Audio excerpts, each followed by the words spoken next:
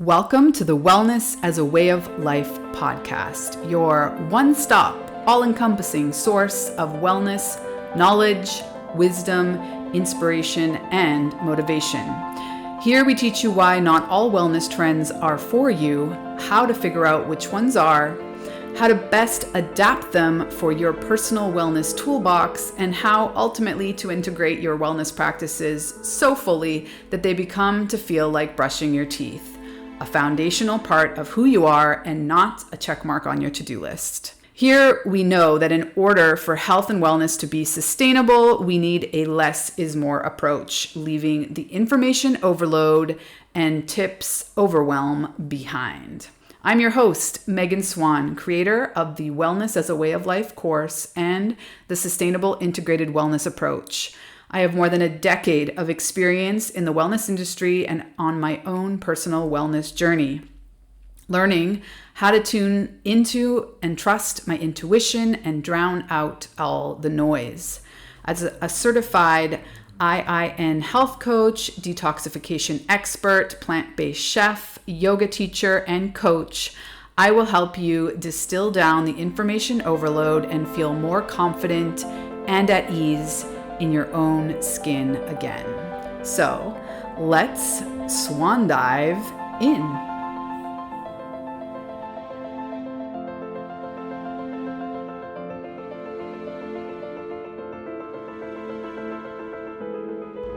Welcome back. Today we have a special guest on the podcast. I am so excited for this conversation with Vikki. She is the UK's leading feminist time, productivity, and rest coach, innovating outdated time management systems and tools that simply have women, quote unquote, getting by, overworking, and operating from high stress and pressure. After graduating from the London School of Economics, she worked in finance and tech before founding her coaching company. She's gone from 80 to 15-hour weeks and helps her clients do the same.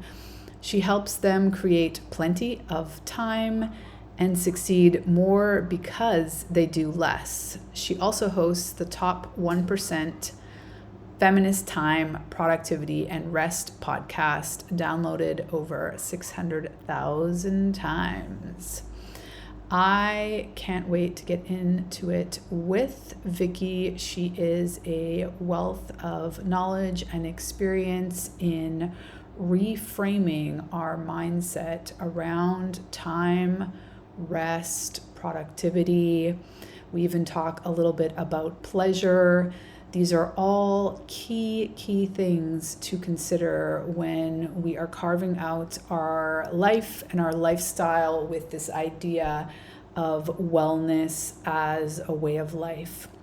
In order to make our lifestyle sustainable, it really needs to be designed in a way that can support us in the long term. Of course, we can all adapt to, hectic, crazy, busy, layered scheduling.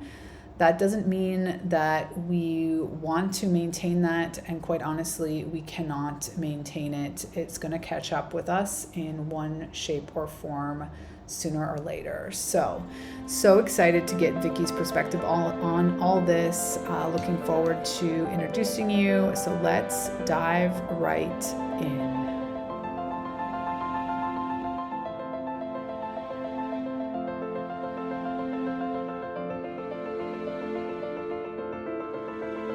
Welcome, Vikki. I'm so excited to chat with you today, get to know you a little better. I find your work super fascinating, and I am crystal clear as to why you've been so successful with this specific point. So tell us your personal journey to even defining the term feminist time. Yeah, thank you so much for having me. I call it like the perfectionist hustler, where I wanted to do everything, wanted to work long hours, wanted to achieve, was super ambitious. And that meant I was working 80-hour weeks or sometimes 3 jobs at once and getting all the qualifications and certifications. And I just wanted to be successful. And I thought that meant giving more time, working longer hours. And fast forward a few burnout episodes, and I grew my coaching business. I went all in on my coaching business late 2019, and I achieved, I think we spoke about this already, my 3-year goal in 6 months. And I was working the least that I'd ever worked, and like it didn't make sense for me at the time. And I really sat with like, how was I able to do that? Why was I able to do that? And actually, even during that time, I think I started with 6-day weeks and I ended that at 4, and now I work 15 hours. Really like unraveling this narrative that we have that things take time. And then fast forward to, you know, I'll be honest, for a while I thought I couldn't call myself a feminist because I wasn't really out there. But actually, when I got pregnant, I got put on bed rest for a few months and told to stop working completely. And it just struck me, like, if I was still working in finance, I was still getting on the tube every day, and I was in my first trimester where I, you know, wasn't supposed to be telling people, what would I have done? And I realized, like, it's not an option to be feminist anymore. Like, it's true. The system does not work for us. And as women are growing in terms of our socioeconomic impact, I think we're starting to see that we don't want a seat at the table. We have to build new tables that consider us from the ground up. So what's the main story that you encounter that women have the hardest time letting go of around time? Oh, it's the guilt narrative. Unfortunately, we are taught to be givers. We evolved as nurturers, and so as we've evolved into our modern day roles, we've not actually ever been given permission to drop other things, or so it's just, we've just added to our plate. We've never thought to take away from our plate. And when we speak about women having it all, like, we never use that phrase for men. We're never like, men can have it all. It's just a stupid the idea that we've set up these areas of our lives to compete impacts women a lot more. And with that means when you are giving to one thing, you are taking from another. And a lot of the work that I do with my clients is really seeing how when you give to one thing, you are giving to all the things. When you give to your personal life, you are, playing, resting, and invoking creativity that you can of course bring to your work. And when you are giving to your work, you are fulfilling purpose and legacy, and all of these things that of course then impacts your personal life. So yeah, I love that. I find it's an essential part of my work as well, to help people in general, I think, but particularly women, reframe rest as a wise investment in themselves, and therefore their career, their journey, their dreams, their family. Can you just talk a little bit about your experience with, when you were working in corporate, how did you frame rest?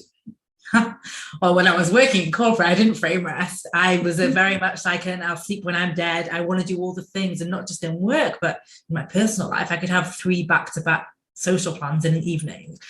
So I wasn't thinking about rest at all. To me, I was really the epitome of the rest is wasteful mindset.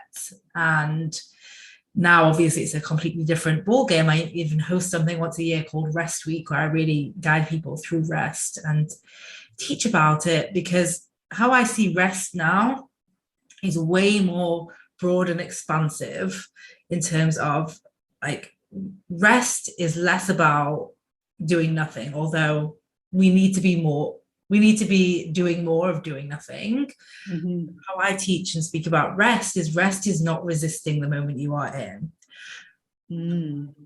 That's important, because a lot of my clients will say, well, I tried to rest and I lay on the sofa, or I got into bed for a daytime nap, and I spent the whole time feeling guilty and thinking that I should be doing other things, and that's not restful. So if we're doing that, we're not actually nourishing ourselves with rest. So that's why I think it's important to, if you are starting with I'm just going to try and lie down and switch off, go for it. But if it feels terrible, start thinking about actually where do you already feel like there's no resistance to what you are doing. For someone, it might be actually when I'm chopping up vegetables. For someone else, it might be when I'm doing the gardening, and start to see where you are already doing a really great job of resting. I like that.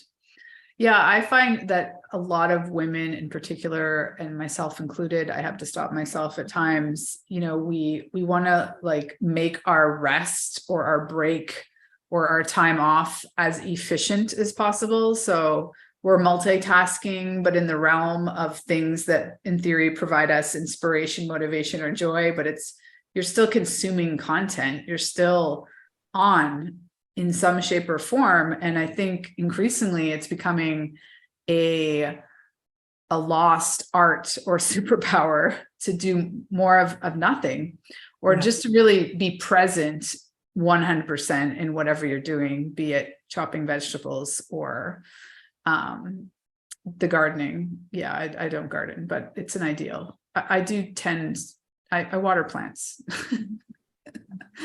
How about you? Do you find you have to stop yourself from layering your rest with other things? I mean, not now. I'm definitely on the other side of this, but I remember when I first decided, for me, it felt like audacious, even though I was working for myself and had the flexibility and the capability. I decided I was going to have Wednesday mornings off. That was when I first decided to intentionally cut down my week beyond 40 hours. And so I decided I was going to have a bath on Wednesday morning. And then I decided I was going to go for a walk and then had a bath. And then before I knew it, I'd structured this time so much so that if I didn't follow the structure, then I was doing something wrong. And that was a big learning and unraveling of, you don't have to have all your time accounted for, like exactly like what you're saying. And creating that room to be present and connected with yourself in the present. And like, what do I want to do now? Instead of what should I do? What's productive rest? I think that's the issue. Yes. I was actually just on a podcast and we were talking about this, helping ourselves, give ourselves permission essentially to structure, specifically it was around morning routines, because so many people like get on this morning routine bandwagon and then they feel like they've been pulled down this dark rabbit hole of self-judgment when they don't get it done, or they don't do it, like you say, in the exact same order that some expert said it needs to be carried out. And there's just all these additional unnecessary narratives around something that's supposed to be filling you up, relaxing you, helping you be more intentional, self-care. And instead it has maybe not the opposite effect, but it is bringing in this layer of stress for something that is supposed to be helpful. Yes. I mean, my take on this is you can use someone else's to-do list or task list or order as a guide to get started. But ultimately, you know what's best for you. You are the expert of you, and you are probably different every single day. So more important than following someone's 5-step process is connecting to yourself and understanding like, what am I available for today? So that's what I would really encourage people to think about, is like, there might be a few things where you're like, I do like to journal, I do like to do yoga, I do like to get outside, I do like to have a quiet cup of coffee.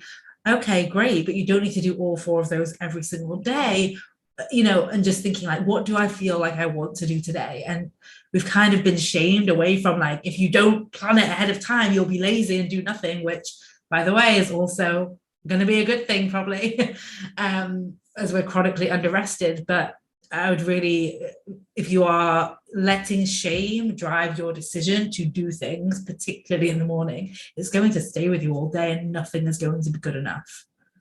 Yeah. So it's quite a dramatic change that you go from, 80-hour weeks to 15-hour weeks. So can you give us some, like a little bit of a map or, a list of 2 or 3 tips for someone to even get their head around, like, how did you do that? And what are the shifts that are required internally that you might even consider leaning that way? Mm-hmm. Yeah. So when I was last working at that level, I remember walking through I was living in Austin at the time with my husband, and we co-founded this tech company, and we were walking, hiking. And I just remember saying to him, I love our purpose and our mission, but I feel like I'm sacrificing all of me, everything that I have in order to do it. And he was the one that was like, we're closing down this business. I was like, why? I can't think why. And that was the last time I really got to that level of such overworking. And at the time, and it was working and then events in the evening. It was nonstop, really. 80 hours is probably not accurate. 100, yeah.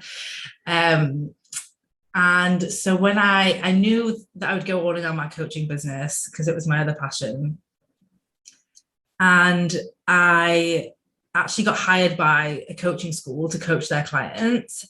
I think it was like 20 hours a week. And then I was like, oh, I'll do 5-day week. And then it creeps into 6. And I remember the moment I realized, I was like, I'm not doing this again, because one of my clients couldn't do during the week. And so I said, okay, on the weekend, and then why not add someone else? And my business was growing fast, as we've spoken about.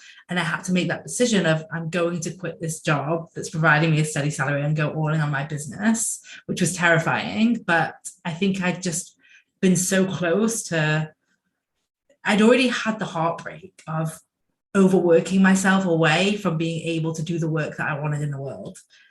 And I just wasn't willing to do that. So that was like a big awareness and a big internal acknowledgement that guided me for sure. Another thing that I did, I invested in a sex coach actually, and she taught me about reconnecting to pleasure. And that for me was such a mind-breaking, like, we've not got time for sex, but I've got time for work. It's just like, why are we taught to have these false pleasures over this like natural pleasure? And it just opened up a lot for me to think about, like, actually, if I was leading my life for wanting pleasure, which is like, all right, then what would I do differently? And it was like, okay, I would open up this Wednesday morning, for example. And that was a big shift for me, to think about leading for pleasure instead of for productivity. And then the big thing, and I think it was helped by the fact that I did, reach a lot of my business goals very fast, was this understanding that things don't take time. And if they don't take time, then we don't need to give extra time to things. Like, me working less doesn't mean I care about my business less, because a lot of people that I'll come across online, they're like, I care about my business, that's why I show up sick, that's why I push through. And I'm like, what if you cared about your business and that's why you rest? What if you cared about your business and that's why you work less? Right? Like, just understanding that that's an inherited narrative and norm. But actually, most people that I speak to aren't achieving more because they're working longer hours. They are getting close to burnout. They are exhausted. They don't have the capacity to be as creative. They don't have the patience with themselves, their teams, their families. Like, what if less time is actually the best gift that you give your work goals and your personal life? Yeah, so I think those are all so key. The awareness piece, the shifting pleasure as like a focal point or a lens with which to make decisions, and ultimately coming back to just the reality that the more time spent is not, like, that is a false narrative. So when you're talking about all those things, I immediately see that you must have clients that, you're helping them work through a lot of fear. And you even said, it was like scary, that moment when you're wanting to go all in on your business and essentially let go of this, quote unquote, fail safe or safer, socially acceptable 9-to-5 scenario where you know what the income's going to be and all that. So, but I'm curious more of working people through that fear of actually just trying to trust in this idea that working harder and longer hours is not going to result in more satisfaction, faster development in your career, more money.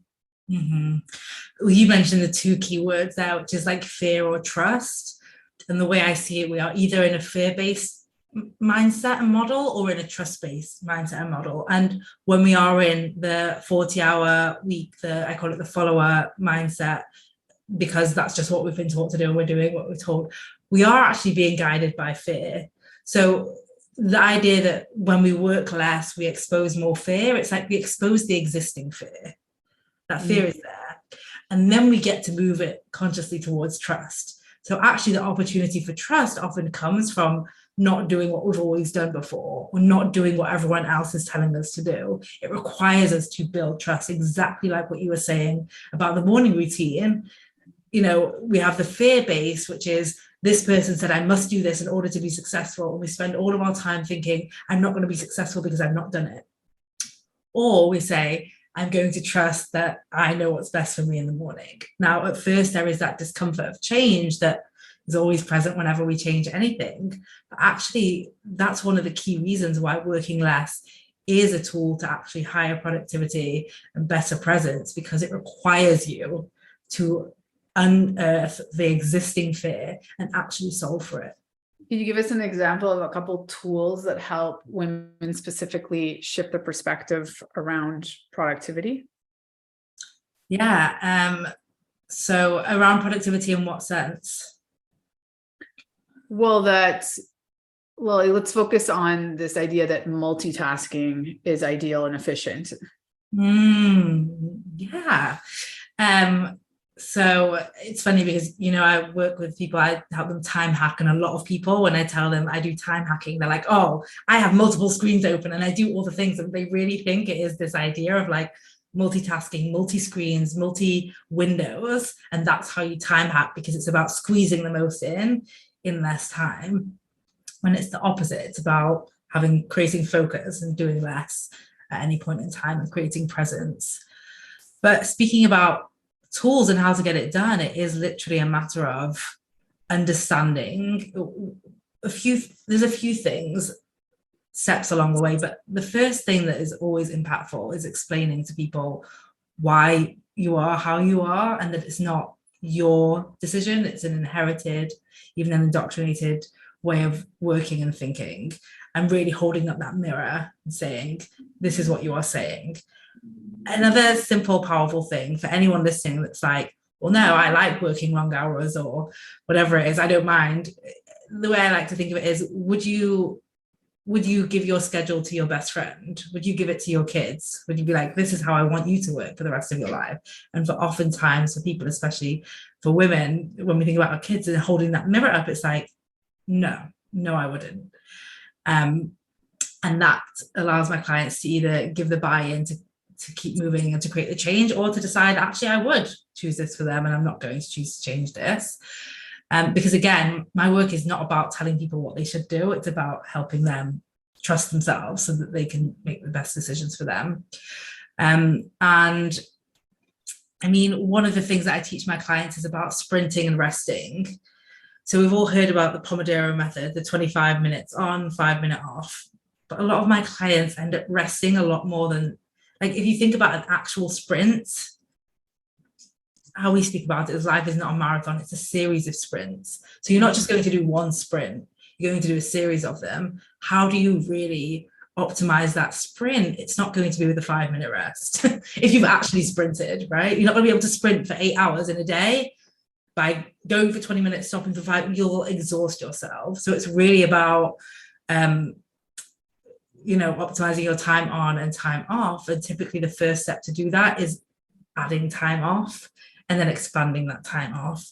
And what most people think is the first thing to do that is by, sprinting in the time on. But if you do that first, I promise you will keep resisting the time off. You'll keep resisting the rest. The rest is the more difficult part. I know everyone listening to this is ambitious, is hardworking, is intelligent, is capable.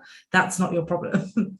The issue is add 5 minutes of rest, add 10 minutes of rest, and let it be uncomfortable. Stretch your rest window. Yeah. And I can see, a lot of the stretching required is mental, right? It's just trying to let go of the shaming yourself, essentially. I think particularly as women, we have this very strong narrative that it's well, and I would argue it's an added layer if you're also a mother.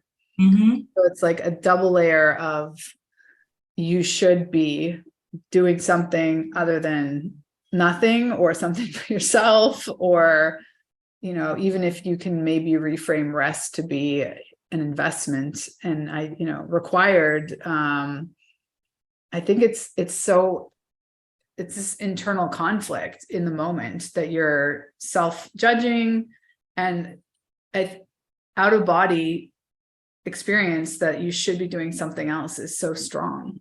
Mm-hmm. Yeah, absolutely. Because of my background in finance, I do have a course called the Time Investing Sprint, and it does like allow us to change how we think about time and start seeing it as an investment. And when we start to think of it that way, we start making decisions that are more sustainable, that based off of like a return instead of just what's often been taught to us. But you're absolutely right. Mindset and how we think is a huge part of it, and especially how we think about ourselves. Like I was saying this to some clients today. One of the biggest waste of times is actually the time we spend putting ourselves down and judging ourselves. And say, I can't do this, or, I'm going to be bad at this, or, I can't let other people down, or this is too hard, or I'm not smart enough, or I'm not good enough. All of that, it's like not only the time wasted when you are saying it, but it's literally 10x that, because you're then putting on this like heavy weight that you then have to like go and do that project with, or go and do that work with. And actually, I say our brain is our number one time tool. If we want more time, it starts with the brain. Yeah, I frame that as energy leaks, the self-judgment and even the perfectionism, like the looping back on the same thing over and over again when, sure, it might get slightly better, but is it worth the amount of time, the self-judgment, the energy, the negative self-talk? All of those are just layers of negative energy that are pulling you down in some shape or form. Yeah. So can you share with us your little life hack that you discovered going on mat leave? Wait, which one? Like this? Oh, yes, my email hack. Yes. Yeah. I mean, I actually always have had, not always, post, since changing my relationship with my time, I realized that I wanted an out of office on all the time, just to manage expectations that either I will respond or I won't respond, or if it's urgent, send it to my team at this email.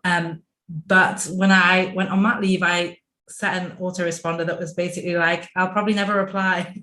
And that's okay. I'm on mat leave and I've kept it on, and I am back at work, but I love having it on. And it's funny because people will email my team and be like, oh no, we booked Vikki in for a workshop, is she still on mat leave? And they're like, no, it's okay.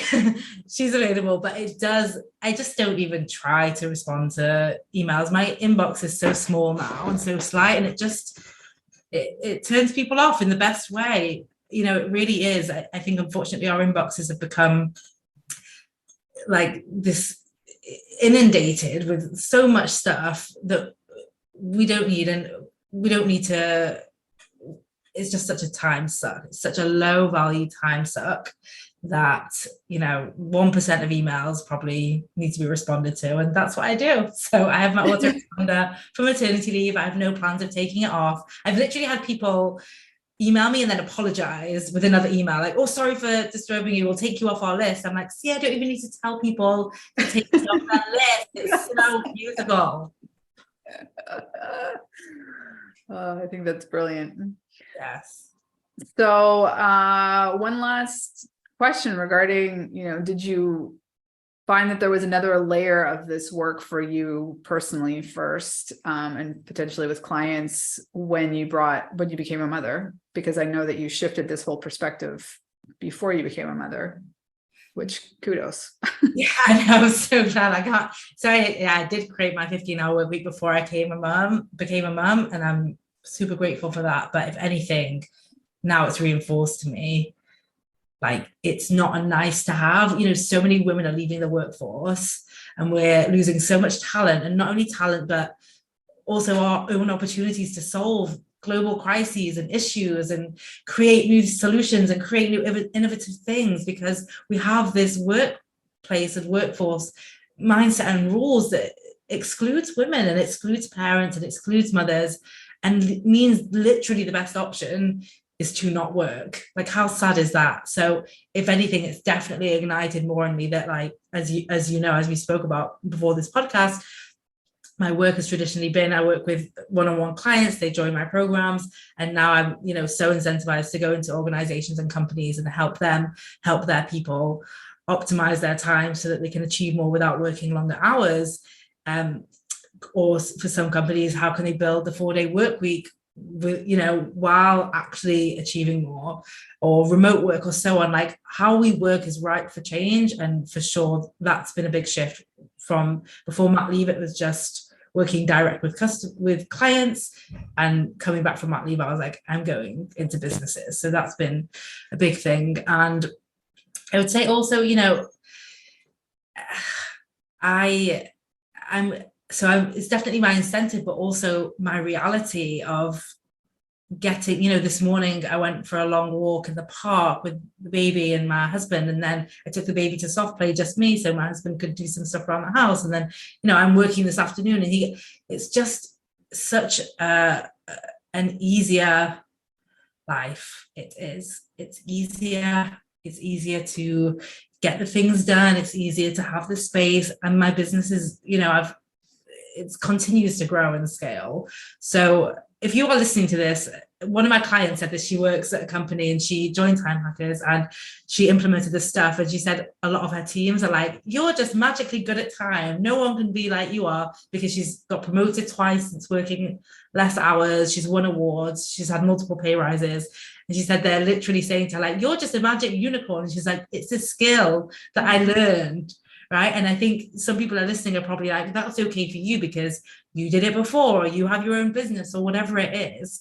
And instead of asking why it's not for you, I just encourage everyone listening to ask, why might it be for you? Why might you be able to do this? And I'm not asking you to jump from 80-hour to 15-hour weeks in a day. That's not recommended. But to really think about, what if I could get 1 hour back every single day? What would that look like? Yeah, I love that. So where can people find you? I know you have your own podcast. I don't know if you want to mention it. And otherwise, where do you like to point people? Yes, it's the Feminist Time, Productivity and Rest podcast. And I'm also on Instagram at Feminist Time Coach. And you can go to my email, to my website, and download the Don't email her.